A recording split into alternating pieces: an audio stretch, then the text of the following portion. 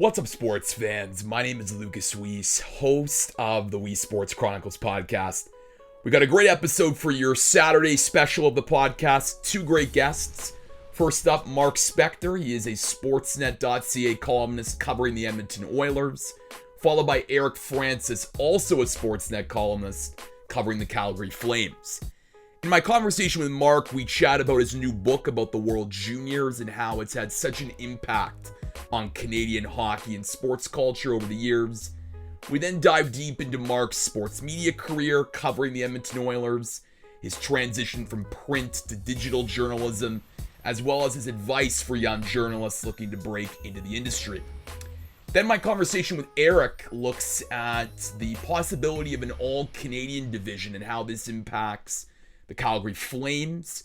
We also get into his sports media career, what goes into being a really good columnist, how he deals with the inevitable backlash that occurs as a columnist, and then some of his favorite Battle of Alberta memories between the Oilers and the Flames.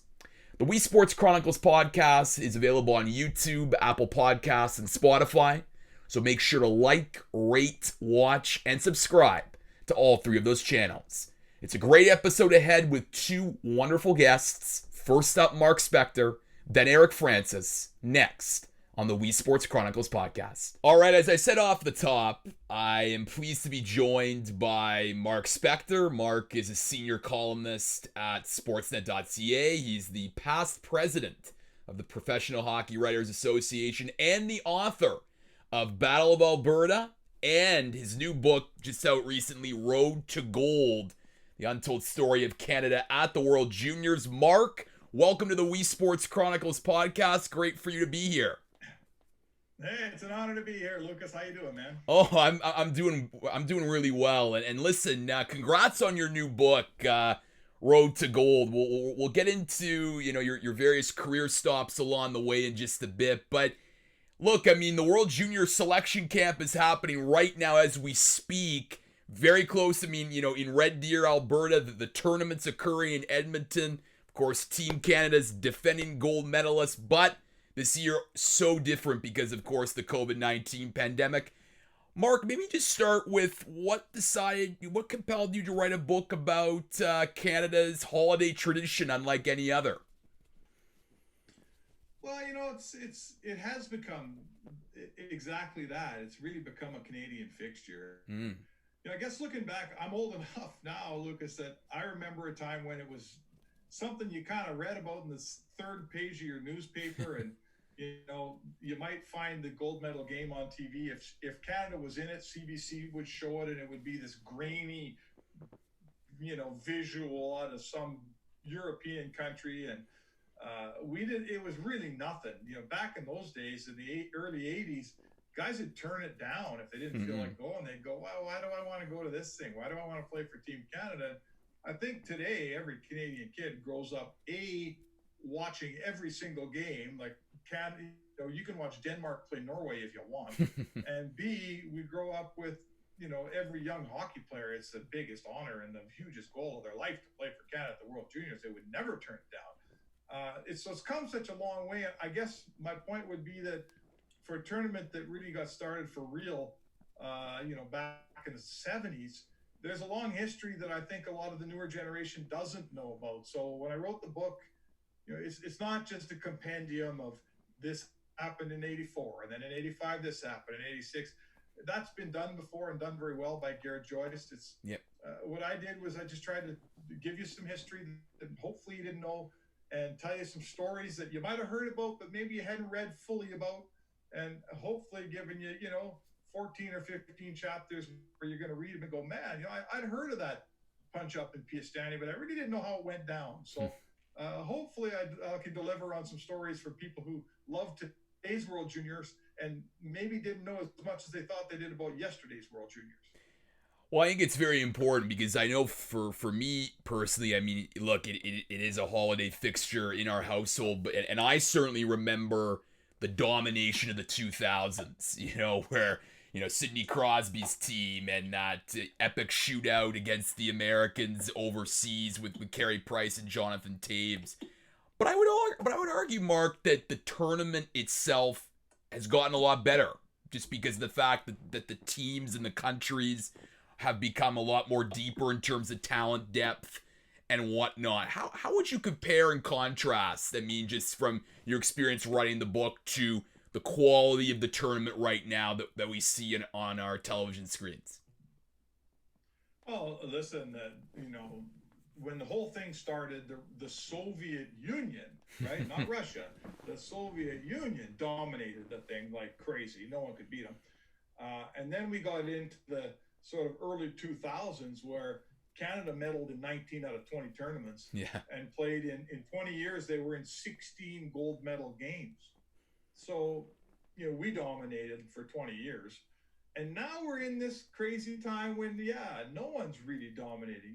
The Swedes haven't lost a tournament game, a regular round robin pool game, I think since, oh my goodness, is it 2010 Yeah. or 2012 or something like that? I mean, they haven't lost one of those. They haven't won many tournaments, but they've been very successful in the round robin. And here's a question for you. If I told you that Finland has won more medals at the World Junior than the United States, most people would say you're crazy, but that's fact. Yep. A little 5 million country like Finland, they found a way to win a few of these things, and they're always in the hunt. So it's good for hockey that we don't have one giant powerhouse. Canada's always going to be good. They're always going to be there, but they don't, we're not playing in 16 out of 20, what's that, 80% of the gold medal games anymore. No. And that's probably better for the sport, right? Yeah.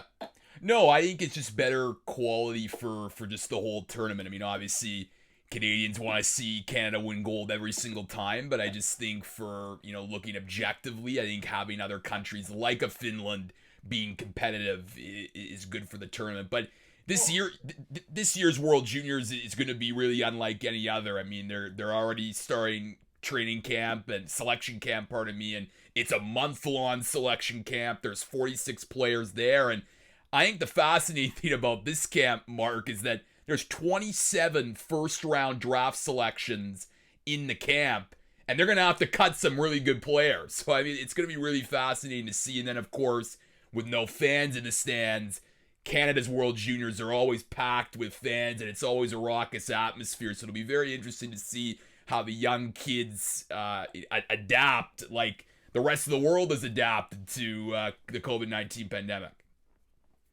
Well, and one of the things, Lucas, that always makes the World Junior is these are still kids, right? Yeah. They're still 18, 19-year-olds. So they're very vulnerable to, they make mistakes. Yeah. Which makes for more exciting hockey. For sure.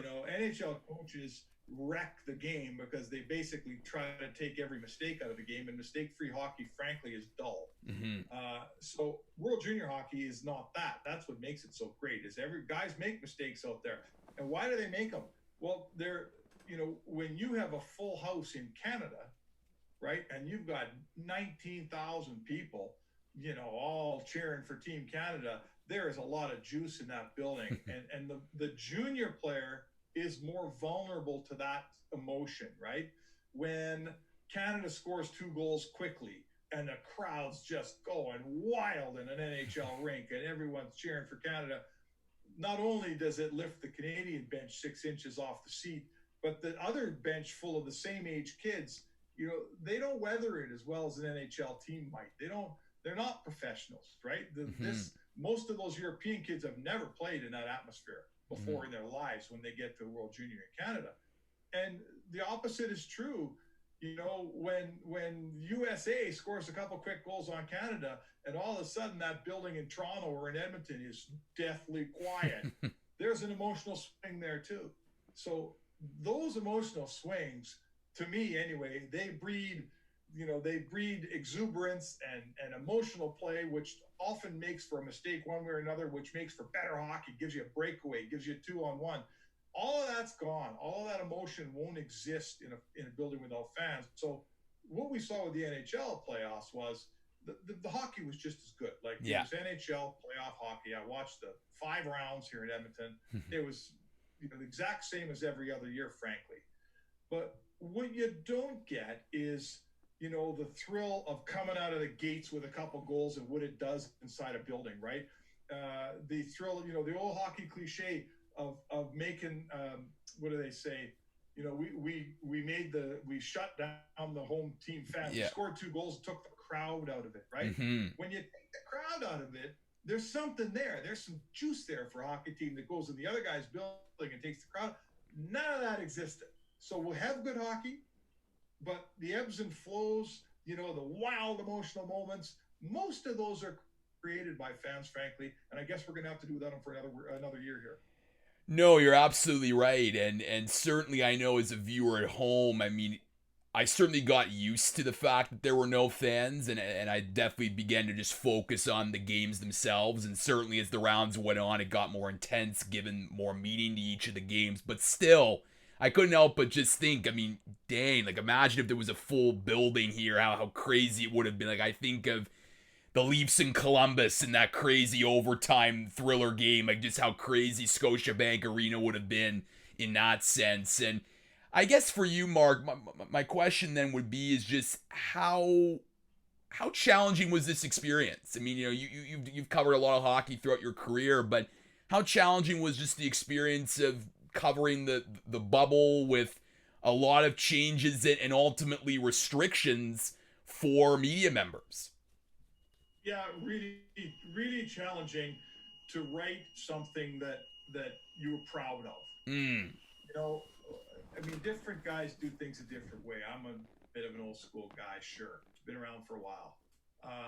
I count on, right? I count on a couple things as a journalist that can give me an edge over all these young kids that are coming up that are so talented and that have this huge grasp of the new game and the new technology, and they're fascinated with the analytics. And I'll say this to you, the analytics movement's biggest challenge has always to me been turn all those numbers into something that doesn't make my eyes glaze over. I don't feel like reading a math, theology math paper, right? And they're getting better at that. Right? The kids now, the younger writers, they're starting to figure out how to take that spreadsheet and give me something that actually I can read that's interesting. They're getting better at it. I'm not going to go there. That's not what I'm going to be. I guess I'm an old dog, but as a writer, you got to write what interests you. So my edge lies in my experience and the ability to interview guys. My ability to ask the question that gets the good answer, right? And then if I've always thought, and I've always learned over the years that if you and I do separate interviews and I ask better questions and I get better answers, we both sit down our laptops to write the column, and I got better material than you have. And if I can write just a little bit, my column's going to win. Yeah. Right? Because I got better stuff. I'm building a house out of stronger material than you're building your house out of. So with the Zoom thing it's done to us, it's the giant equalizer because there are no one-on-ones anymore. So every interview is shared by everybody. There's no exclusivity. There are no, in the NHL playoffs, there were generally speaking no, you couldn't ask a second question. So if I ask an athlete a question and I found his answer interesting and it begs the next question, I didn't get a follow-up, right? The next guy asked his question that had nothing to do with what I was asking. So I guess my point would be, if you talk about challenges in the Zoom era, to me, it's material. It's, you don't get to go to the morning skates and sit around and talk to guys and learn things and ask dumb questions. Like at a morning skate, I'll sit down next to a guy and we've got time. And I'll say, hey, what'd your dad do for a living when you were growing up? And every once in a while, he'll say, you know what? My dad ran a funeral parlor, and in the summertime, I embalmed dead people. And you go, that's not a bad story. But in the Zoom thing, when you only get one question, you're not going to waste that question on something where you don't think you know what the answer is going to be. The guy might say, oh, my dad was a lawyer, which is great, but it's not that interesting. So the Zoom era is really impinged on getting to know players, on getting to actually do a proper interview, asking 4 questions in a row and taking an athlete from here to the follow-up question to the next question. And then sometimes it's the 4th one where he's really getting into the topic and he trusts you. where you get the money answer. Not a lot of money answers right now, Lucas, and that's just the reality. But it's made our work, a little less rewarding, right? Yeah. We're not building beautiful homes anymore. We're kind of building, sheds, as it were. No. I mean, I think that's a great answer. And look, I mean, I've, done several of these podcasts and, one-on-one, I mean, it's still a barrier, right? Like, it's completely different if, we were in studio talking compared to just me talking to a computer screen and then me talking to you there. But I can't imagine just the whole with the Zooms, like everyone is on the same call, so they have all access to the same material. You can't go and pull someone aside to do that, walk off the podium, quick little quote, one-on-one. Yep. So everyone has access to the same thing. So I guess for you then, Mark, how important are the relationships, I guess, that you've built throughout your career, I guess, to then guide some of the stories? I guess you were making a lot of phone calls during the Stanley Cup playoffs. Yeah, that's where you can get it now, is you got to get people outside the bubble. So you spend the afternoon, you make a couple calls, and talk to people away. On an off day story, if I said, okay, I'm covering the Dallas Stars in the Cup final and they're not playing today, so I'm writing an off day piece and I think I know what's going to be on, I can get up in the morning and try to find some people away from the bubble that know that player. And then I can come in with some, now I've talked to 2 or 3 guys, and now when I sit down with Rupe Hintz, I can say, okay, Rupe, here's what I've learned about you, and I want you to answer this question for me. Again, I only get one question with Rupe, like one question, right? I've been writing columns for 30 years, Lucas. I haven't written many columns on one question. Yeah. But we just did a whole playoffs on one question columns here. So it's better than nothing. But I'm going to say to you that, again, this is my style, and I'm not saying it's the best style or the only style, but my style is on a game day, I'm not going to the rink with my column written. I'm not going to a game 5 of a Stanley Cup series, which is always a huge swing game, right? I'm not going there knowing what I'm going to write. I used to have a boss would say, what are you writing on Friday? I'll tell you Friday afternoon, man. I can't, a successful writer doesn't, sure, you got to plan some things, but in the hockey playoffs, when it's game day, your story comes out of the game. Your story, someone scores a goal, someone does something, it's there. So my point would be, I can make up some ground by working the phones on an off day, but on a game day, if you want to get a feel and you want to write something off the game, and for whoever scored the goals, and who was the kid for Dallas that the Finnish kid that came out of nowhere and scored that hat trick against Colorado. I can't remember his name. Anyway, he was a really neat story. Yeah. We wrote him on the fly and did the best we could, for a guy that I never heard of before that series started, and he made the lineup. So it's what we have. I don't want to sound like I'm complaining. I'm doing my best to deliver the reader something they want to read. But in the end, I think the reader's a little bit disserviced, because it's, it's like telling it's like giving you always say this, when you get 25 people on a Zoom call and everybody asks their own question and none of the questions are really related to each other. It's like if I showed up at your house with 15 different ingredients that had nothing to do with each other, like peanut butter and steak and asparagus and garlic salt and 20 things that had nothing to do with each other, and said make a meal, and you got an hour to make it, right? No. So you're gonna put those together, you can make a nice meal. But after the week is over, I'm gonna look back on those 7 meals, I'm gonna go, man, a couple of those were awful. So no, that's a really good analogy. I want to follow up on what you just said about going to the rink on game day without essentially a story idea. So do you then wait for like someone to score a goal? Is it maybe after the game? Like when does the light bulb go off in your mind, generally being like, that's going to be my story? At all different times. Yeah. Being around the series, you've always got some things in your quiver. What? I'd like to write that guy. I'm kind of waiting for him to do something.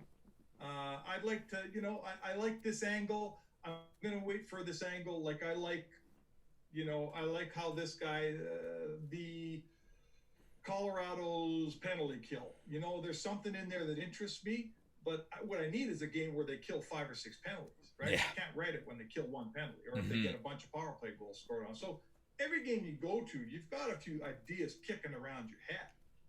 But to me, the best writer, like they always said, you need to write about either what they're going to be talking about tomorrow morning around the coffee pot at work, or B, you got to give them what they're going to be talking about around the coffee pot at work.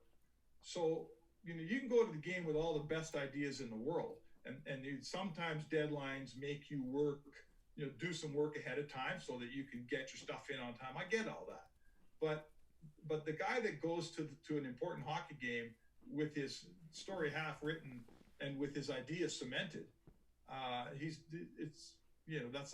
to me, that's not how the job's done. I'm going to tell you what happened in the game. I don't know what happened in the game until they play the game, or till part of the game has been played, or till the big incident happens in the game, right? Cam Cole used to always say, I'd say, what's the call tonight? He goes, it hasn't happened yet. Might be the first period, might be the third. That's, if you're a pro, sometimes it's an overtime goal, right? Yeah. Sometimes the guy who scores in overtime is such a fantastic story that who cares what you have written? Now it's overtime. Now it's late at night. I got 40 minutes. I got to turn this thing over. But I know that's the story of the day. That's, if you can do it and do a good job, I guess they'll call you a pro. I remember the headlines before sports shut down due to the pandemic, and there were a lot of conversations just about how media restriction was starting to begin, and obviously there were concerns about media access in the different leagues. And I've had a few hockey writers on the show, Mark, and to me the opinion is a little bit diverse. Some think, look, when the pandemic is over, we'll get back to what it used to be in terms of media player interactions. Others less optimistic. You were once the president of the PWHA. I'm just curious whether you think the way in which media was done in the NHL, is that going to be what post-pandemic, or will it evolve into something different? Well, I can say this, that the people who are running the PHWA today have been told in explicit terms by Bill Daly, the deputy commissioner of the National Hockey League, that their goal is to get back to where they were. Open morning skates, going into dressing rooms after games. That's what the NHL is publicly stating to the Professional Hockey Writers Association. So that much is fact. It's recorded history, and we'll hold them to it. Let's see where our world goes. Like, are we going to become such germ freaks out of this that the dynamics surrounding COVID will exist longer than COVID itself exists, right? Who can predict? I don't know for sure. I would say to you that hockey, of all the sports, being the smallest of the North American major sports, it needs its story told. And it's not getting told very well right now. There's just there's no doubt about it. It's not close. Morning skates are a real cool dynamic. And in basketball, the shoot around in the morning, that's where guys get the best stuff, where they really get to talk to players, get to ask all the different questions. Players after a game, for any young reporters out there, all you kids, as Don Cherry used to say, after games, it's difficult to get decent work done because there's an adrenaline factor with the players. There's a lot more media around every guy. In today's world, teams sort of bring out the 3 stars of each team, and the dynamic is, let's talk about what just happened in the game. I want to write the story on, I want to tell a guy's story. I need to sit down and talk to him about where he grew up, how he grew up. One of my favorite questions, right? What'd your parents do for a living? Tell me about that junior team where that big incident happened. Why did you pick college instead of junior? All those little questions. As an interviewer, you don't know which one's going to get you the money quote. So in the end, you got to ask a lot of them. And post game, you don't get that opportunity. the morning skate and practices are absolutely where the good work gets done. I want to pivot now to talk about your career, and prior to working with Sportsnet, I mean, you were in the newspaper business with the National Post, Edmonton Journal, and even the University of Alberta student newspaper, The Gateway. So, you come to Sportsnet with a lot of newspaper experience, and obviously newspapers aren't what they once were. But I'm curious for you, Mark, how important and formative were those experiences for you in developing your craft and the columnist that you are today? Well, very much so. The newspaper industry, where the industry itself is clearly, you know, turning into the fossil fuel industry. There's no question that the actual hard copy newspaper industry is going the way of the dinosaur. The skills therein are still every bit as strong today. Learning to write on deadline, for one, right? That's one thing about the internet. There's really the only deadline on the internet, Lucas, is when your editor wants to go home at the end of his shift. Yeah. Right. In the newspaper business, the presses started rolling at 10:30 local, or 11 o'clock local, and there was no holding back on 150,000 papers because you wanted to tune up that gamer a little bit, right? So you learned about deadline writing. You learned about, I would say in the newspaper business, what we don't have today is there were so many fewer voices in each market, Lucas. I grew up in Edmonton and I started my career in Edmonton at the Edmonton Journal, and there's two papers. Like pre-internet, there wasn't 100 hockey voices for people to read in the morning about the league. Certainly about the Oilers and the Eskimos and the local scene. There was two papers. And when you become a columnist, there's two columnists. So it's me and Harry Jones at the Edmonton Sun battling it out. And you want to win the day every day. So you do. You learn a lot about, competing, right? You learn a lot about competing, looking for scoops. Again, in this world, when Bob McKenzie breaks something in the NHL, Elliot Friedman follows him by about 10 seconds on Twitter, and now everybody's got it in the world, and that's your scoop. Yeah. I grew up in a world where when I got a real good scoop, or when I got scooped by the other guy, you'd pick up that paper in the morning, you'd open it up, and you'd go, "Oh my God, we got killed today." And you'd have to live with that scoop for 24 hours until you got a chance to redeem yourself in tomorrow's paper. So you had to live with failure for a lot longer. And the reward was when you were the guy getting the scoop, you got to enjoy it for a lot longer too. Did the fact that you just mentioned how there were only just two columnists, because compared to, let's say, starting in Toronto, where there's tons of attention and it's a bigger market, the fact that there were only two in Edmonton, did that allow you to build, let's say, a better connection with your readership, or did that not really concern yourself as much? That's fair. That's fair. And, like Edmonton, for I don't know why, has punched above its weight in terms of sports media. The guys that have come out of this town, the good guys. Let's start. Terry Jones is one of the, bigger columnists of his generation in Canada. He's always been in Edmonton. Cam Cole is one of the finest writers ever to grace the Canadian sports page. Came out of Edmonton. Chris Cuthbert, Gord Miller, all kinds of guys that have found, for whatever reason, I don't know why. So it's a good sports town. So you're working in this town and people care about their sports here. So that's important. I would say to you that even in the city of Toronto, which is obviously far, far bigger, I mean, what did they have? They had the Star, the Sun, and the Globe. Yeah. Right? Back in the day, it wasn't like there was 6 other papers going on. The National Post eventually arrived. I worked for it for a while. So I think in every city across the country, Vancouver had 2 papers. Calgary had 2 papers. Ottawa had 2 papers. It was, how would I guess it was just a smaller time. There were so few media people in each town to read every day that people made a real connection with you. And this isn't me complaining. It's just a new world. It's a different time now. Today's Edmonton reader can get up and turn on his phone and read people from across the world. He wants to read about the Bundesliga. It's right there on his iPad today, this minute. In the old days, that didn't exist. So in the old days, you get up and you look at your local paper came to your house if you were a sports fan, maybe both of them, and you really grew a connection with your hockey writer, with your columnist.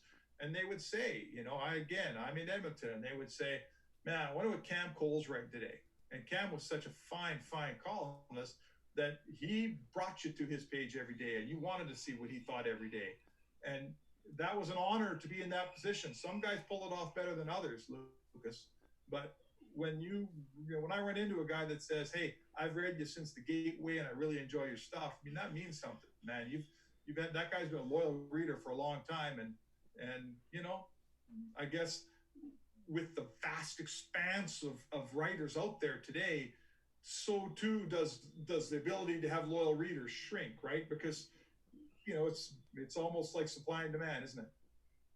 No, for sure. And look, I mean, I guess right now, I mean, the biggest thing is just the different platforms have changed, right? Like people are now, relying on digital platforms, their phones, social media to consume their information compared to getting the newspaper delivered to them at their house and picking it up and actually reading it. So it's very different. But as you said earlier, I mean, the skills still transfer on, and even throughout your career, has the process or the secret ingredient of what makes a good column changed for you over the years, or for you has it still remained pretty well the same? I think I would have to say to you that the what I consider a good column today hasn't changed that much. I would say to you that the biggest difference probably, I mean, I'm the constant. Yeah. I've been writing this column for 30 years. So I'm the part of the math equation that stayed the same, right? The part of the math equation that's changed is your readership. It's not so local anymore. It's I guess it's worldwide, so there's a lot more people. But again, those people have a lot greater choice and a lot less time. Let's talk about time. How many people offer an opinion on something you write on, I read a piece, Sportsnet puts it out there on Twitter. I retweet it with a little note saying, hey, here's my piece on Lucas's podcast. How many people offer an opinion on that without ever reading my column? Lots. Right? Yeah, for sure. So I'm a long form writer. I mean, not magazine style. I'm an 800 to 1,000 word a day guy, and I'll give you 5 a week. But sometimes you question if maybe you have to be a better writer today to hold someone through 800 words. Do people really want to read 800 words anymore? Do they have time to read everybody's 800 words, or do they read the first couple of graphs and click somewhere else? Again, in the newspaper situation, you only had one main sports columnist. So it wasn't like you had another guy to go to that took your eye off the ball. You read, Steve Simmons from the top to the bottom because there was only one Steve Simmons in your Toronto Sun today. Right now, there's 100 Steve Simmonses and Mark Spectors out there. And if the first graph of Spec doesn't, catch me, I go find Eric Francis' piece and read him. No, absolutely. I mean, it's a good point. And I think though, but what I will say is newspapers though were in many ways restricted by space, right? You need to get to a certain word limit in order to, fit the paper. But I guess one of the benefits of online is that, you have the capacity to write and do a deep dive that's 1,000, 2,000, 3,000 words. I don't know. I do certainly agree that I think there are people and there are more distractions today, but if you are talented enough, if you have a skill or a knowledge about a certain topic or trend and are willing to, really expand on it and really offer some good reporting, I think people are still willing to read if it's a really compelling story. That's the big thing. I think that's fair. I'll tell you this. Well, there's a couple things here. Let's chew on this. Certainly inside the industry, it's a well-known axiom that it's easier to write long than it is to write short. Mm-hmm. Okay, it's easier to blast everything out there, write a 2,000 word piece, and use every quote you got. It's much more difficult to take all that content and write craft a slim, compact, interesting 800 word piece. Mm-hmm. So I think what you're right. There's no space constraints at all in the internet. And I think we could point to The Athletic. Yes. That's probably a best example. The Athletic is about long reads on everything. Mm-hmm. And a lot of those long reads are worth 2,500 words. But I'm here to tell you, without pointing any specific fingers, a lot of those aren't. Mm-hmm. In my opinion, a lot of those 2,500 word pieces would be a hell of a lot better if they were 1,100 words. So, again, as a newspaper, I'll give you 1,500 words, 5 times, 10 times a year. Mm. But, if my boss says, go off and do a feature on this guy, I'll give you 2,500 words. I can do all that stuff. Yeah. It takes a little bit longer, but I'm a daily columnist. That's what I do. My niche in this business is to write every day. That's what I do. I'm not a guy that writes 2 a week or 1 a week. That's who I am. And I can tell you that it's not always a better piece because it's a longer piece. Mm. And that includes my own copy for sure. When I start putting the brakes on around 750, 800 words, some days I go, you know what, this is worth 1,000 words. Other days I look at what I got and say, this is better at 750 than it would be at 1,000. And I mean, that's a really good point about this whole concept of reviewing your work. And it's clear in just your previous answer that, you're constantly rereading your work, looking back to seeing how you can tinker and improve. How important is that for younger journalists today, especially getting into the industry, just in terms of, it's important to produce content. And certainly if you're into writing, get as many reps as you can writing. But I think reviewing your work as well as reviewing others' work to see how you can improve can certainly make you a better overall writer. Oh, for sure. Like, you have to, I look back at my own work. I mean, I'm at a different stage in my career. As Michael Farber used to say, I'm at garbage time in my career. He never had garbage time because he was such a great writer. But I guess my point would be to you that although I still try to be flexible and not get stuck in a rut, I'm not at that point where I'm actively trying to find my style. You know what I'm saying? Kind of got a style now that I'm stuck with, of like course. it or not. Right? As a young, but I still, the advice I would say even for a guy like me that's been around for a while, when I go into what's a good example? Let's say a game 7. Sometimes you go to a game 7 and you want to advance it. It's the day before a game 7. And frankly, the only thing that matters in the series is who wins tomorrow. It's no time for a lovely feature on how Austin Matthews grew up in Arizona. It's not today, right? So I'll go back and look at game 7 advance copy that I've written over the years and, go back to a bunch of different series. I've written probably that column 20 times the day before a game 7.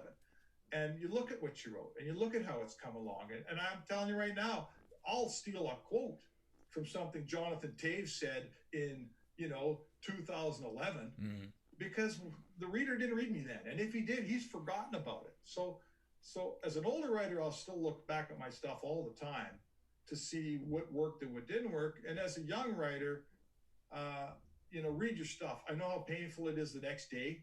I hate myself the next day. I write it on Tuesday and I read it about 15 times while I'm writing it, Lucas. I don't need to read it again Wednesday. But I'll tell you what, I don't mind reading it again in about a month and having a look back at it when I've forgotten what I wrote and a fresh eye can say, you know what, that turn of phrase worked. That turn of phrase didn't work. And the last thing I'll say is figure out who you think the good writers are out there and read them every day. Have your list as a young writer. Don't let a day go by if you consider Stephen Brent to be a great writer. When he pens something, read it. And, I'm not saying take notes because it doesn't really work that way, but just absorb how the great writers work, and I don't consider myself to be one of them, but there's a few left out there. Absorb it, read it, and you know what? Some osmosis does occur, and don't be afraid to steal a little style point from each guy, because we all did it along the way. It's interesting in building off of that because, I mean, not only are you writing at sportsnet.ca, but, you know, you're appearing on the radio, sideline reporting on TV, things like that. And I guess it's just a sign of how the industry has evolved for you, Mark. I mean, how, you know, when you first started out, you know, you're strictly print, and now you have to, you know, use all these different platforms. I'm just curious how that's made you just a more well-rounded journalist. Yeah, it's necessary for one, and it's not even for younger people coming into the business today. No problem, you know, guys like yourself, you're so well versed in the technical aspects of this business that I never had to be well versed in. Right. When I started, the ability to use a laptop and file from a payphone was considered technical skills. You know, those days are. Oh yes, it's no one's just a writer anymore, right? No one's just a writer anymore. You're doing it all. So, you know, has that helped me journalistically? You know, I'm gonna say something you might not want to hear. The best journalism still happens in the written word. I feel. Yeah. I feel like, you know, sure, there's some great there's the 30s and 30s are fabulous. There's a piece on W5 that's great. There's, you know, there are some, obviously, Rick Westhead does some real good stuff at TSN. Stephen Brunt will do a beautiful montage type deal that's awesome. Like, I love all that stuff. But big picture, you know, the Katie Strangs of the world at The Athletic, Mary Ormsby was such a brilliant writer in Toronto. Big picture on an everyday basis, when you go out seeking journalism day after day after day after day, the vast majority is found in the written word. We enjoy our podcasts. You know, we do our chats all the time on Sportsnet, myself and Gene Principe and those things. I don't consider that, frankly, journalism. But it's entertaining and it gets the point across, you know? So I still consider myself a journalist. I'm proud to be a journalist.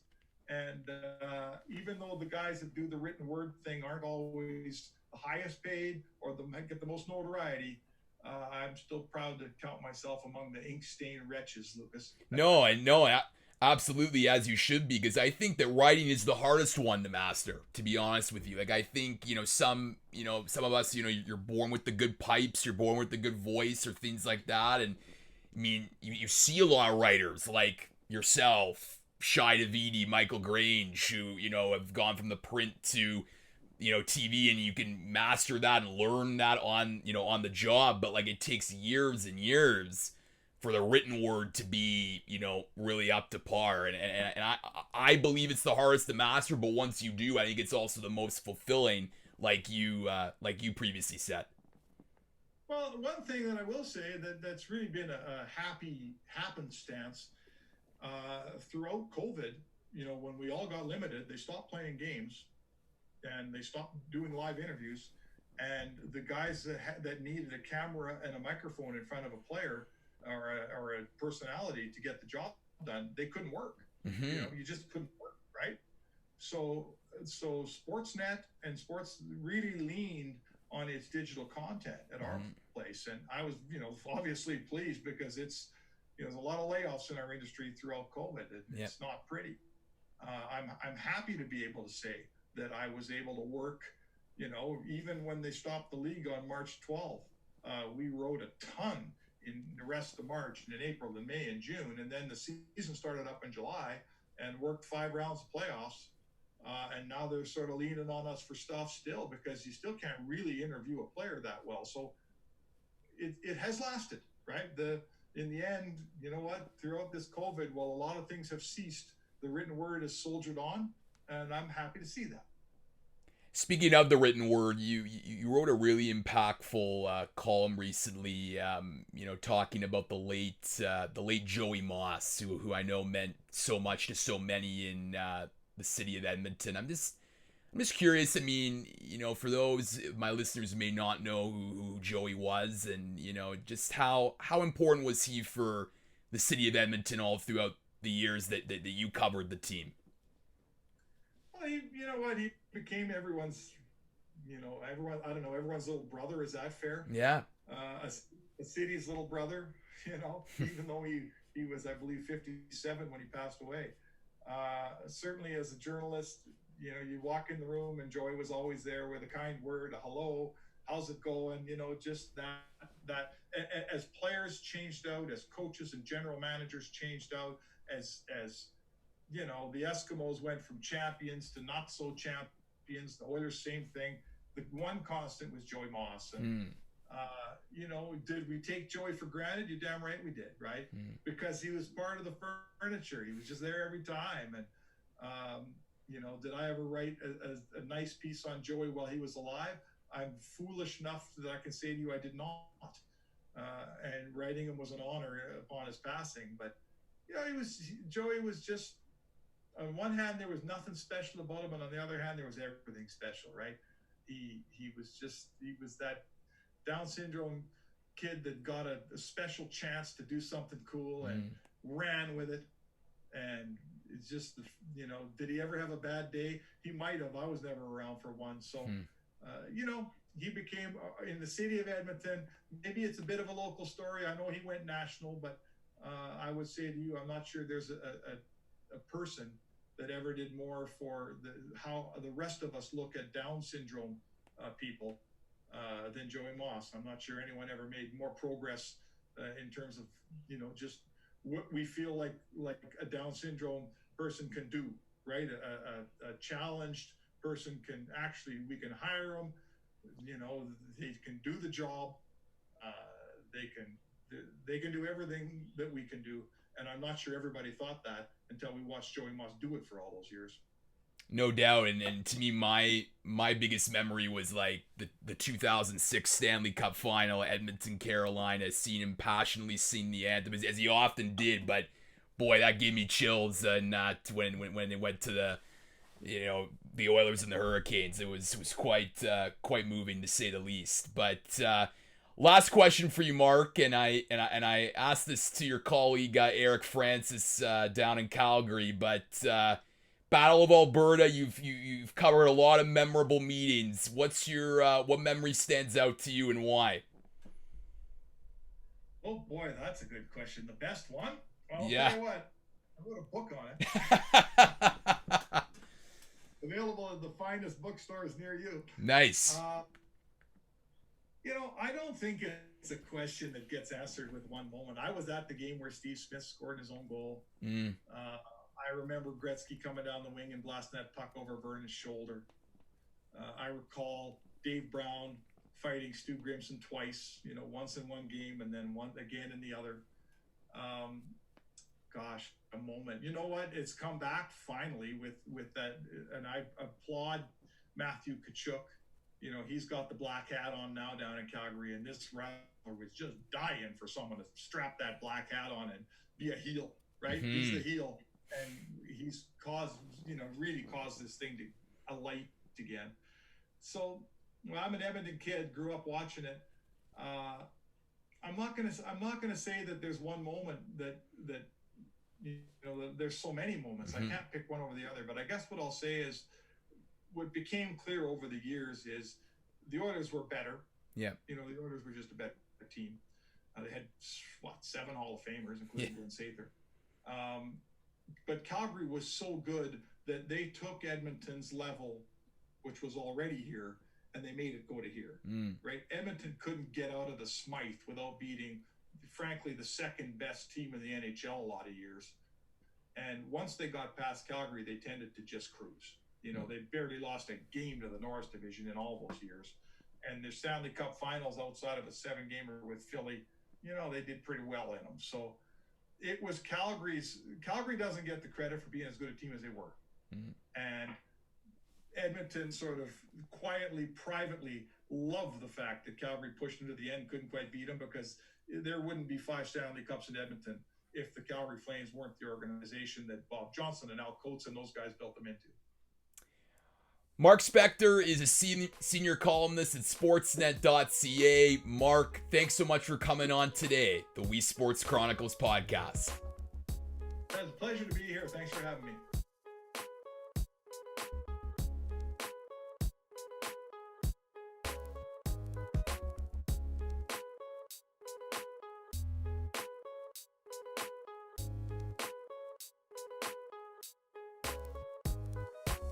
All right, as I said off the top, I am pleased to be joined by Eric Francis. If you watch hockey in the Calgary area, I'm sure you've heard Eric, you've seen Eric on TV, you've read a lot of Eric's work. He's a senior columnist and analyst with Sportsnet, covering the Calgary Flames, and he joins me today on the Weesports Chronicles podcast. Eric, welcome. Thanks so much for being here.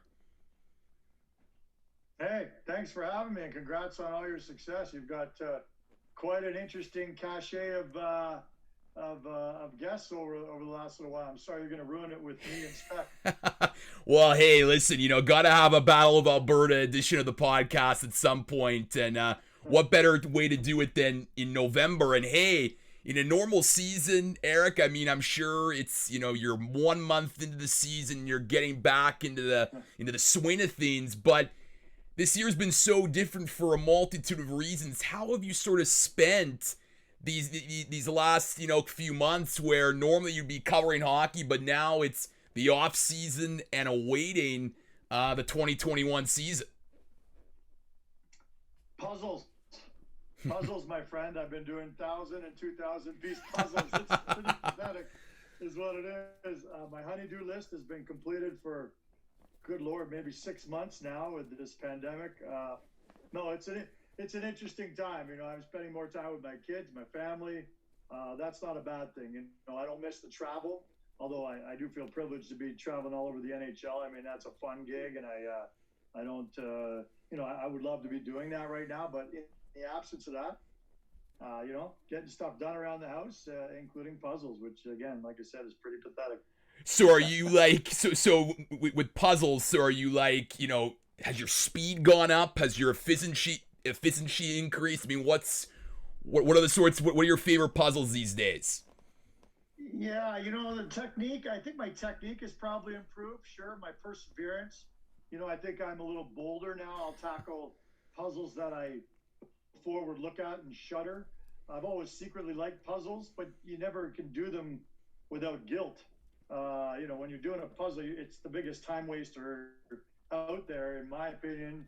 And if you've got stuff to do, you feel guilty the whole time. But now I can do it without guilt. And I don't like the ones with, animals and fur. Those are still a little too intricate and tricky for me. But I go with 1,000 pieces. I can usually get it done in a couple days. I don't know. Who's a good puzzler? I will say this. I heard about the Puzzling World Championships, and someone was telling me, my mother-in-law is a big puzzler. We do it at Christmas every year. We have a puzzle. We do it together. She was saying that at the World Championships, they show you the picture that you're assembling. You get like 2 or 3 minutes to look at it, and you take the photo away. So you're doing a puzzle basically blind. And unless you have a photographic memory, you have no idea what you're assembling. That doesn't sound like much fun to me. And Matthew Tkachuk told me earlier in the pandemic that his mom had ordered a 2,000-piece puzzle that was blank white. Just a blank white puzzle, 2,000 pieces. That sounds like the definition of insanity to me.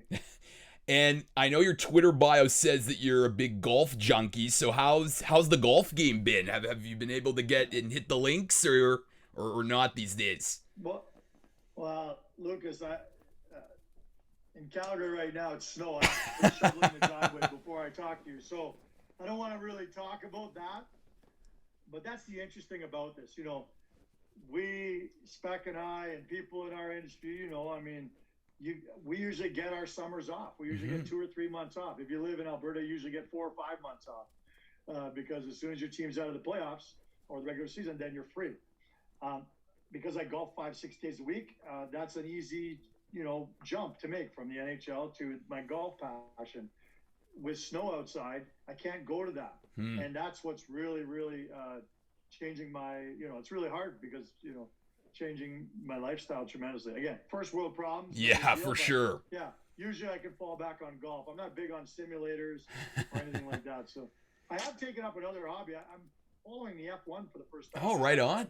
The Netflix series on it really kind of got me and my 10-year-old son hooked, and now I'm kind of following it with intrigue. I have a lot to learn about it, but it's kind of funny at my advanced age to be learning about a new sport, and I'm really enjoying it. Yeah, I mean, it's certainly enhanced in popularity during the pandemic, I feel, and certainly when you have Lewis Hamilton dominating, I think he's sort of becoming like the Wayne Gretzky of Formula One. It seems like every week I'm just seeing on the social media channels him doing really well. But Eric, I mean, obviously right now, as we're recording this, still a lot of uncertainty regarding the 2021 season. Obviously, there's hope for a January 1st start.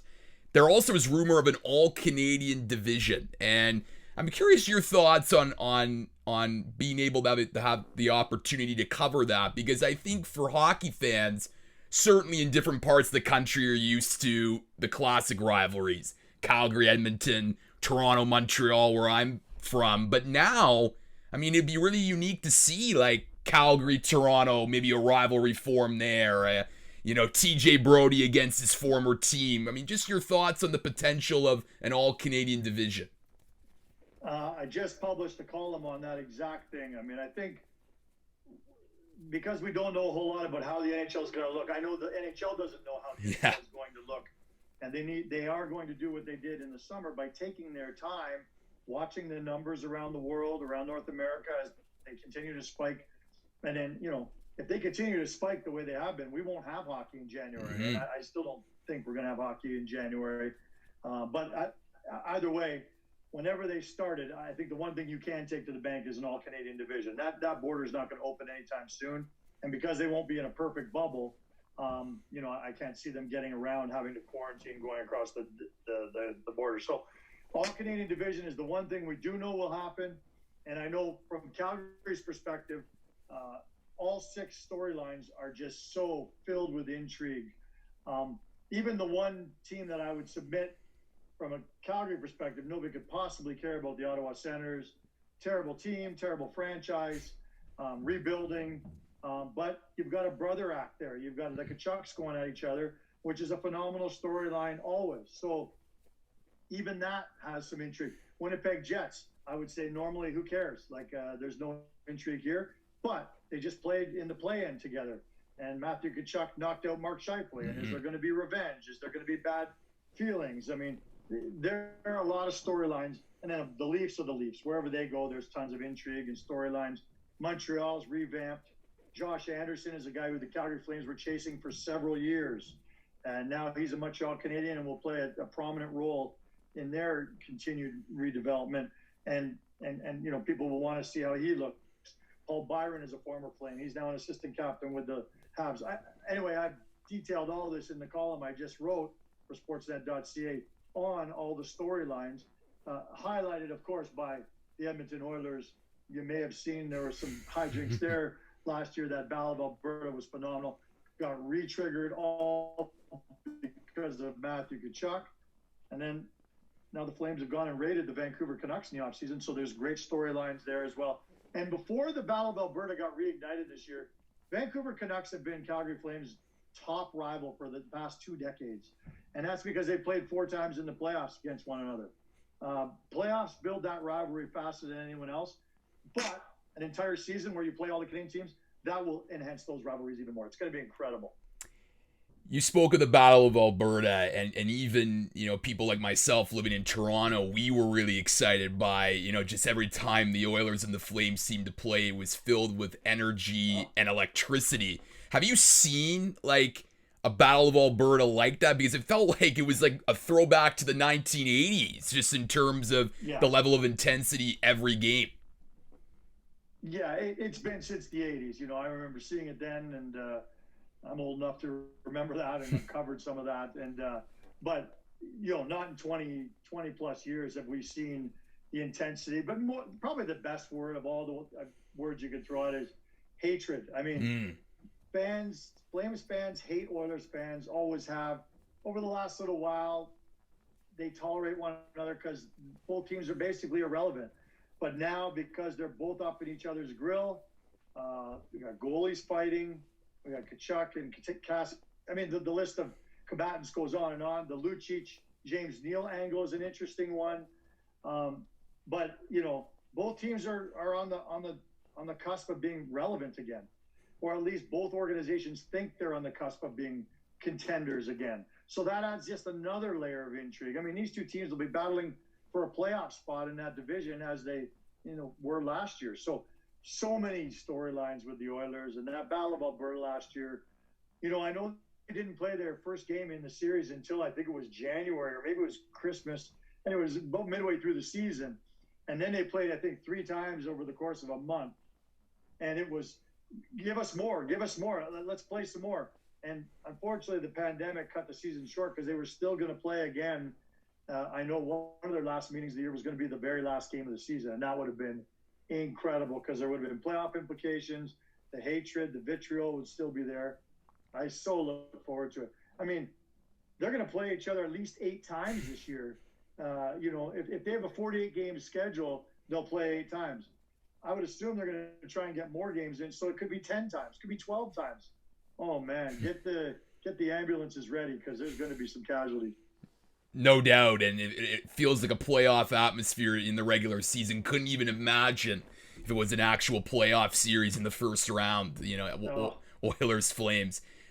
But Eric, I mean, one of the big news, headlines of the offseason was TJ Brodie coming to Toronto, and certainly for the Leafs getting, someone to upgrade their blue line, very, very important for them. But in your experience covering TJ, what are the Leafs getting just as a person and the intangibles in terms of your experience covering Brodie during his tenure with the Flames? Well, he's as quiet an NHLer as I've ever dealt with in my career. I mean, he's basically an enigma. He rarely does interviews. He'll always do the interview if you ask for him, but he doesn't like talking to the media. He's very quiet, shy, likes to keep to himself, doesn't offer much, pretty dry interview. And you'll see all that in Toronto. But as a player, I think people in Toronto know the kind of player he is, but I would just caution people. People in Calgary really fell in love again with TJ Brodie this year. He had a really good resurgence in his career, played on that top pairing with Mark Giordano, helped Giordano win a Norris Trophy 2 years ago. But TJ Brodie has been a whipping boy in this city for a lot of years. He's a very high-risk defenseman, whether it's a breakout pass up the middle that gets intercepted in back of the net, or it's a gamble he takes at the opposing blue line that goes all the way down for a breakaway goal. The mistakes he does make are glaring, and I've always, and I'm not just saying this because he's a Leaf now, I've always compared him to Jake Gardiner in Toronto, a guy who's a very offensive, slick skating, puck moving defenseman, pretty one-dimensional in terms of he's offense first, defensive. He wasn't great. Well, I was wrong in that because TJ Brodie defensively this year was really phenomenal. So he's really become a two-way guy.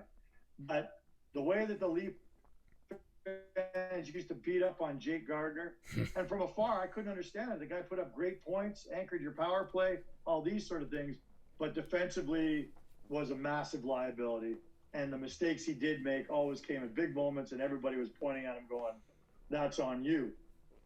The same could be said for TJ Brodie for many years here in Calgary. So I'm just saying, people are going to fall in love with him because they think he's the solution for that top pairing to play with Morgan Rielly, and he will be great there. Just don't be surprised if at times people start to pile on him and, he loses his confidence for a little bit. That's the TJ Brodie that we remember largely over the years here in Calgary. But a really good guy and is a great addition for the Leafs. Just, he comes with flaws.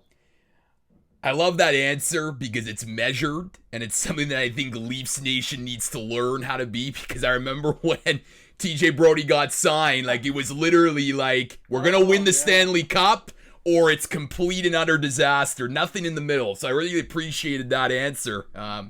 Leafs fans can't be, neutral. It's got to be the extremes, it feels like. Well, and Lucas, I'll say this. I mean, anytime someone gets signed in the National Hockey League, the team that gets them generally think, oh my God, this is fantastic. This is exactly what the Leafs certainly have needed a puck-moving, offensive-minded defenseman a guy who can play both ends, but a solid number 2 defenseman on their team. They need that. They've been needing that for 5 years, whether management knew it or not. Most fans around the league knew, but anyway, yes, he checks those boxes. But anytime a guy is signed, generally everyone thinks, oh, this is going to be great. And these are all the reasons why. The general manager usually does a good job selling why they brought a guy in. The media usually, agrees with that. So he does check all the boxes for sure. I hate the term, and I'm not comparing one man's, junk is another man's gold. Mm-hmm. I'm not suggesting that he's junk. Please do not ever misinterpret that. They're paying him far too much for me to ever suggest that. But, it's just funny how when you go from one venue to another, all of a sudden you get a renewed fan base and optimism, and people don't look at the warts involved as well. So he'll be a good fit, though. Obviously, covering the NHL so different amidst the global pandemic. These Zoom sorts of interviews and press conferences have become part of the norm. I've obviously had journalists on the show, Eric, and they've shared their experiences about the challenges of reporting on their respective sport amidst the pandemic. But has your maybe enjoyment of hockey diminished at all during this time, or does given just how strange and maybe impersonal it is to cover the sport when you're not there in person, with them face to face covering the team? Yeah, I'm going to be honest and say, yeah, it has. I mean, I was not excited for the playoffs. I thought, first of all, I never thought the league was going to be able to pull it off. And man, was I wrong. They absolutely nailed it. And I was up in Edmonton for the better part of a month. And, I was just so impressed with the way the NHL handled it. I mean, who couldn't be? I mean, if they handed out awards for these sort of things, the NHL would win it for sure. So but I wasn't excited. But I also thought that once, the bullets started flying again and we had hockey again, I did think that people would get right into it. And I remember writing a column on that saying, people don't think they're going to be interested right now, and I'm not interested right now. It's the middle of summer, and who could care less? But I said, once this tournament starts again, there's going to be a renewed vigor for this. And I found myself getting caught up in it. Now, maybe part of it for me was because I was in the building. And when, you're in a live building, it's great. But it was missing the ambiance, the atmosphere of with the crowds. So, yeah, there's no doubt. I think the stories that are being told out of the NHL right now are not as good as they could be if we had access to the players, one-on-one, if we could sit down and talk to them like human beings, as opposed to this incredible barrier, which is Zoom, because guys are not going to be candid. Guys are not going to be personable. Guys are not going to be funny like they normally would be if they have that in them. And so, yeah, the journalism suffers, the coverage suffers, the product suffers, but hey, everything's suffering right now in the world because of this pandemic. So, again, we're not immune to it. Everything's changed in every business around the world. And so, yeah, but your question was, am I less interested? Yeah, absolutely. Right now, my interest level in the NHL, very, very low. But I would submit that most fans feel the same way. Mm-hmm. Again, once camp starts, once they start playing exhibition games and real games, I think it's going to get ramped right up again, especially in Canada where we live and breathe it. And we're going to have the all-Canadian division. It's going to be phenomenal.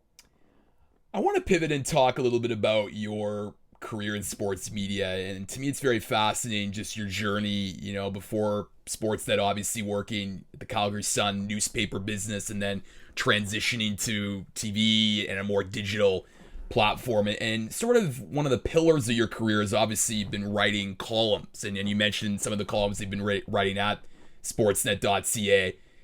Obviously, column writing and columnists have changed over the years, just given the platforms in which they are writing. But in 2020, Eric, what do you think goes into writing a successful column? Oh, Lord. Wish I knew. No, I've been a columnist since I was 23, 24, I guess. And, I'm very lucky to be given that opportunity at a young age. And I know that my career has been shaped largely by my I have no fear. I have no problem walking into a dressing room after destroying a player or a team or a manager or a coach. I don't know how to mince words. I'm actually trying to learn that as I get older. I'm a black and white kind of guy. Like it's, I tell it. I know it's cliche to say I tell it the way it is, but I've never been scared of that. And I know that most people in my profession, have significant trepidation. They're very concerned about what a player will think of them if they write the wrong sentence or the wrong column. Again, a lot of people don't have the luxury of writing columns. They are just beat writers. I don't say just beat writers. They're beat writers, and they're not afforded the luxury of really throwing a lot of their opinion in there. And some guys are tremendously relieved about that, because then they don't have to stick their neck out and upset the apple cart every once in a while. I live to tell it the way it is. I don't ever remember writing a column in my life where I wrote something that I didn't believe. Mm-hmm. I think that if you write a column where you're poking the bear just to poke the bear, to get clicks. Back in the day, we used to say it was to sell newspapers, but newspapers don't sell anymore. Now it's all about clickbait. I have never written anything in my life with an eye on clickbait. I write it because I really believe it. Mm-hmm. Now, some people can't believe that I believe what I believe, but I just, that's just the way I've always gone through my career. My mother's a journalist too. Her name is Diane Francis, and she's extremely opinionated as well. And so I think I learned it from her. She is not scared to take on anybody or anything in journalism, and I'm certainly the same way. Walking into a dressing room where I know every guy in that room hates my guts, that's not the case right now, I don't think, with the Calgary Flames, although it's always hard to gauge.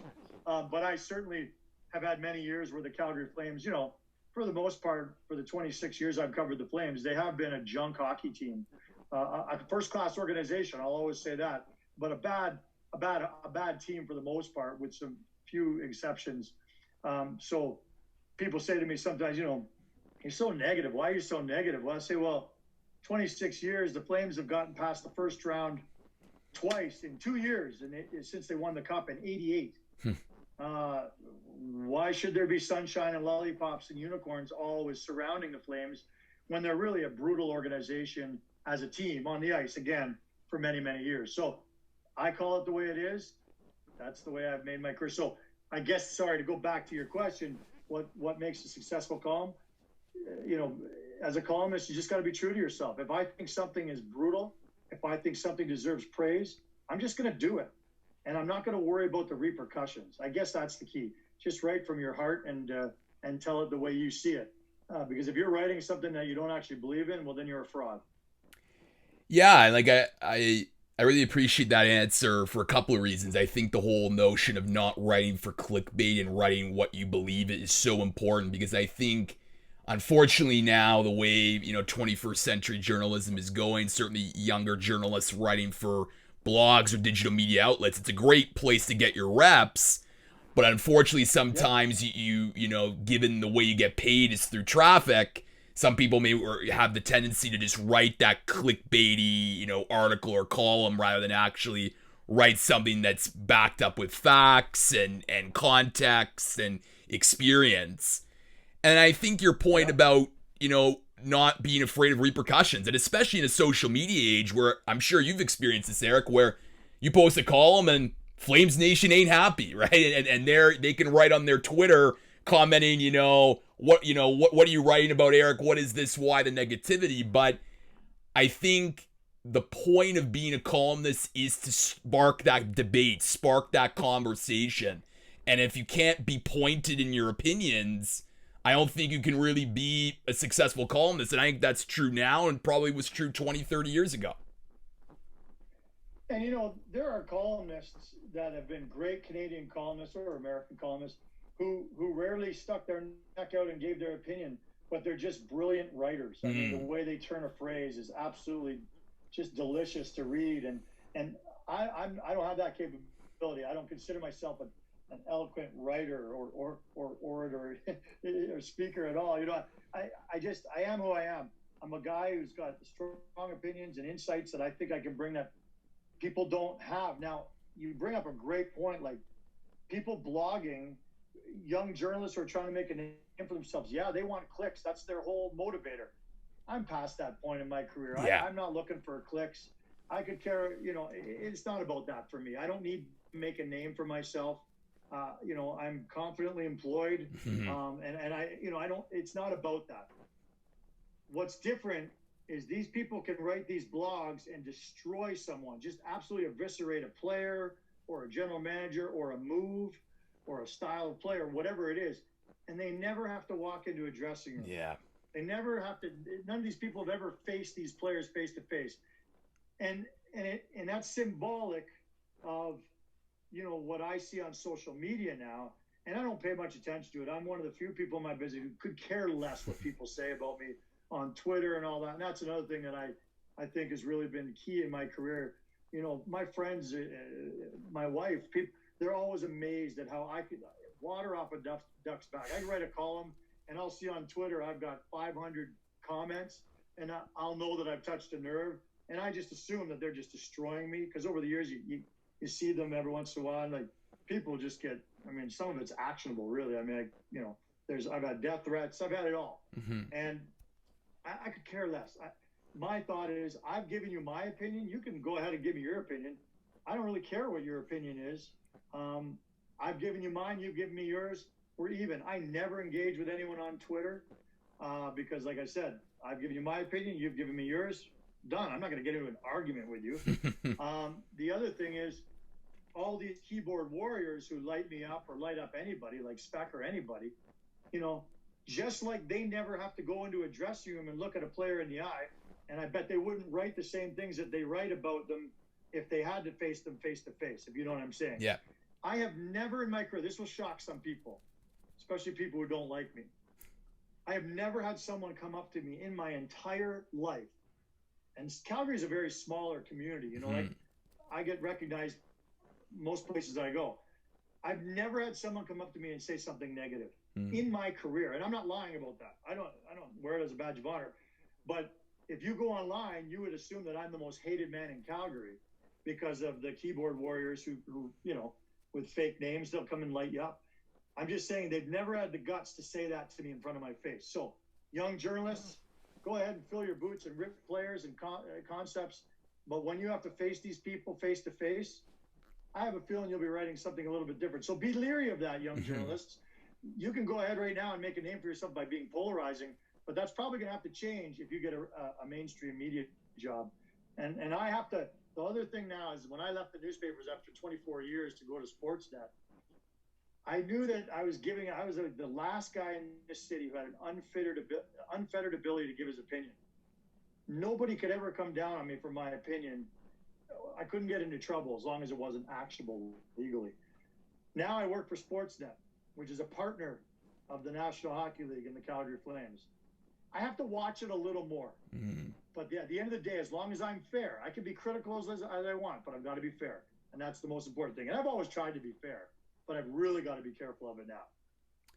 Speaking of locker rooms, do you have any memorable moments where you've been chewed out by a player or coach in your years in the business?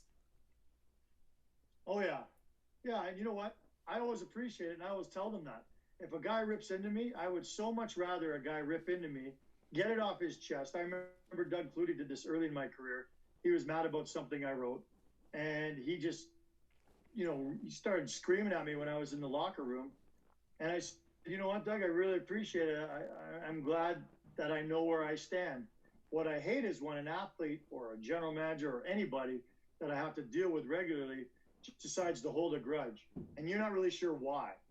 Because if they get it off their chest, and they don't have to yell. I mean, I would suggest it's not as effective to yell. Just pull me aside and say, hey, man, what you wrote was ridiculous or unfair or I'm really pissed off, whatever.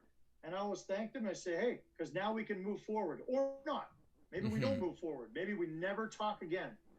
But I remember Doug Flutie telling me, I'm never going to talk to you again. And then there was a scrum like the very next day, and I was at the very front of it. And he's talking, and he looks at me, and he stops, like as if he's going to stop talking to the whole crowd. And he looks at me, and he kind of smiles and winks. And, he got it off his chest, and we move forward. So you know, I remember Bob Hartley just reamed me out. I'm going to tell you, it was almost half an hour in his office. Wow. And it was over one sentence I wrote. And he threatened to sue me, and he was going to, you know, all this stuff. And honestly, he treated me like I was in grade 5, just yelling at me like a teacher, or, you know, or a principal. It was ridiculous. It was a horrible thing for a human to do. But I let him do it. I let him get it off his chest. At the end of the day, he finished yelling at one point. I said, I'm sorry you feel that way. I'm not going to apologize for what I wrote, because I don't think I did anything wrong. But I'm sorry you feel that way. And I'm wondering if you think we can move forward. And he didn't think we could.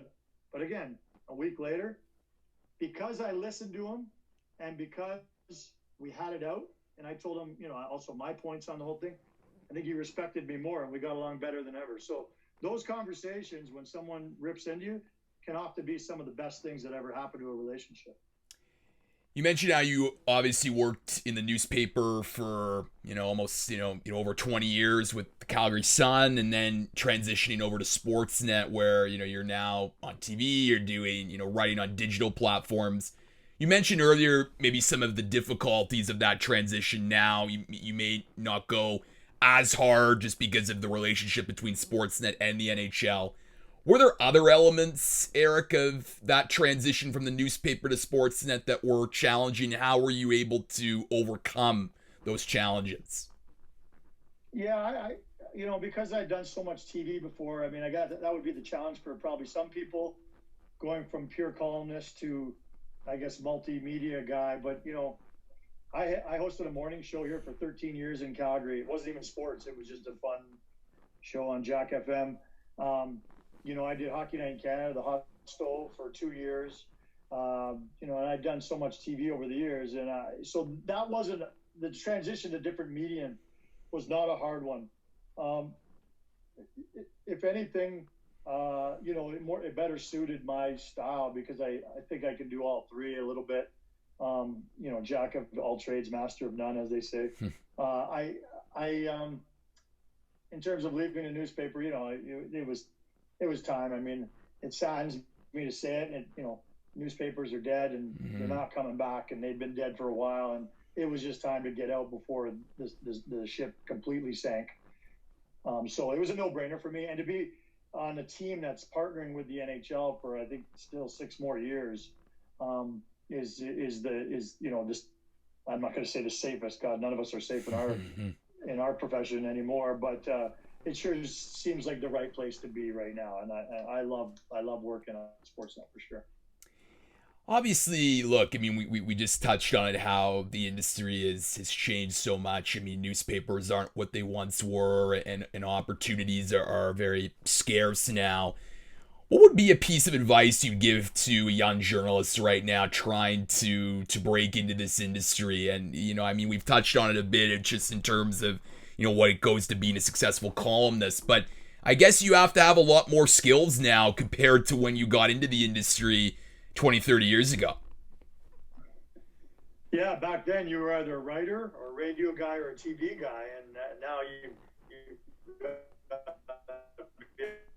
able to do a little bit of all three, but your stock is bolstered by the ability to do all three. And I went to Carleton University, took the journalism school there, and I focused largely. I mean, they make you do all three, but it's not like Ryerson or some of these other schools where you really focus. They kind of give you a taste of all of them, and then you kind of pursue which one you like most. I always liked writing. I personally think writing is the hardest thing to do of the three. It's the one I think I do the best of the three, but I think it's the hardest. I know outlets are having a harder time finding writers as opposed to people who can speak in front of a camera or behind a microphone. But my advice, you know what, honest to God, I'm so impressed with chatting with you and looking at some of your previous interviews. You're a real go-getter. My advice is to do exactly what you're doing. You've got to start your own platform and really build that brand. And it's not about clicks so much. I mean, although you're always hoping to get clicks because, as a young journalist, you want more and more people to see what you're doing. But get out there, press the flesh with people. I got a job while I was going to university as a coffee boy and a copy runner at the Ottawa Sun. And I knew that just got me in the door. I was making, of course, minimum wage while I was going to university. It was a phenomenal job because I was in the newsroom and I was seeing things happening. I was meeting journalists, and I was always reminding them that I am a writer. I write for the school newspaper, and I'd love to write for you one day. And you just kind of slowly work your way up the ladder. And now there are no coffee runner jobs. There's no coffee boy jobs, no copy runners.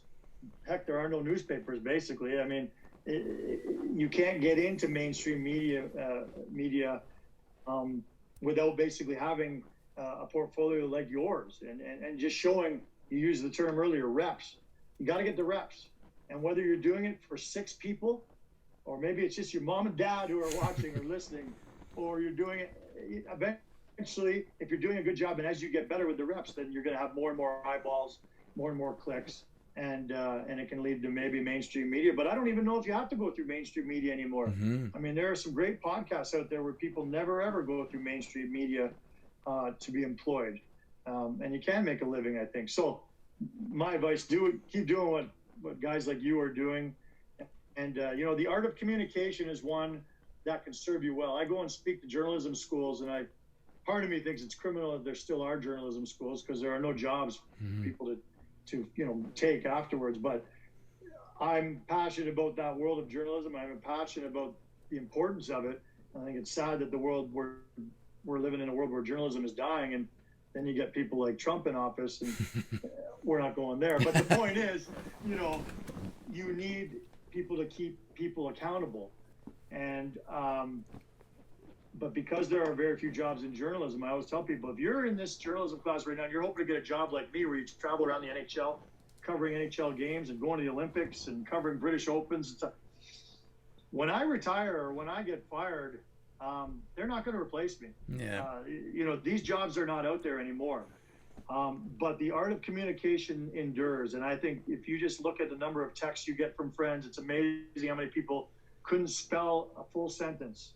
But if you can articulate your thoughts, you can work in the PR world. That's a growing world right now because organizations don't get media coverage. They need to put out their own message. So I think that journalism schools are not a waste of time as long as you're learning the craft of communication. Last question for you, Eric, and I know this is a Battle of Alberta themed podcast with your colleague Mark Spector coming on. What would you say is your favorite memory of the Battle of Alberta, Oilers, Flames, in your career covering those two teams? Wow. Oh, man. Maybe it's just because it's so fresh and new, but, the moment that Matthew Tkachuk decided that he was going to drop the gloves with Zach Kassian this year, after all these allegations of turtling and such, and all the hype that went into that rematch after he decided not to punch Kassian back, which proved to be the right decision conclusively. And anyway, I think it was the moment because everyone wanted to know, will he or won't he? Should he or shouldn't he? And he had decided, he told me after, he decided right after, yeah, I'll fight the guy, no problem. I know that the team didn't want him to fight, Flames didn't want him to fight, and they talked to him about it. But they also know that Matthew Tkachuk's going to do whatever Matthew Tkachuk wants to do, as long as it's still good for the good of the team. And it really was good for the team when he fought that day. The team got a real boost from it. Fans went nuts. And I just remember watching off the face-off, watching his hands, and I saw that moment that we've all seen where they shed the gloves halfway, and they're basically just holding on to the end of the gloves. When he did that and started backing up and saying to Tkachuk, let's go, that moment, and when it took a couple seconds for the crowd to realize what I just seen, and then all of a sudden they were dropping the gloves and going at it. And I'm a huge fan of fighting. I'm glad that it's getting more and more out of the game, don't get me wrong, but when they do happen, they mean even more now. Maybe that's my favorite moment of the Battle of Alberta. I mean, there have been a lot of them, don't get me wrong, but you put me on the spot. I'm going to say that one right there because that little exchange in those two games between him and Kassian single-handedly renewed the greatest battle in hockey, which is the Battle of Alberta. And it had been dormant for 20 years. And with one simple pair of games, it's back, baby. And it may not live up to the hype this year. I think it will. But when you've got goalies fighting for the first time in the battle's history, you've touched a nerve and you've done something right. It was pretty awesome. Eric Francis is a senior columnist and hockey analyst for Sportsnet covering the Calgary Flames. Eric, thanks so much for the time today. A wonderful conversation, and thanks again for joining me on the Weesports Chronicles podcast. Hey, good luck with it. Thank you so much. I'd love to chat with you anytime. And but most importantly, good luck with Spec. He's not really good with the English or articulating his thoughts, but he tries his hardest, and that's all you can ask for a guy from Edmonton.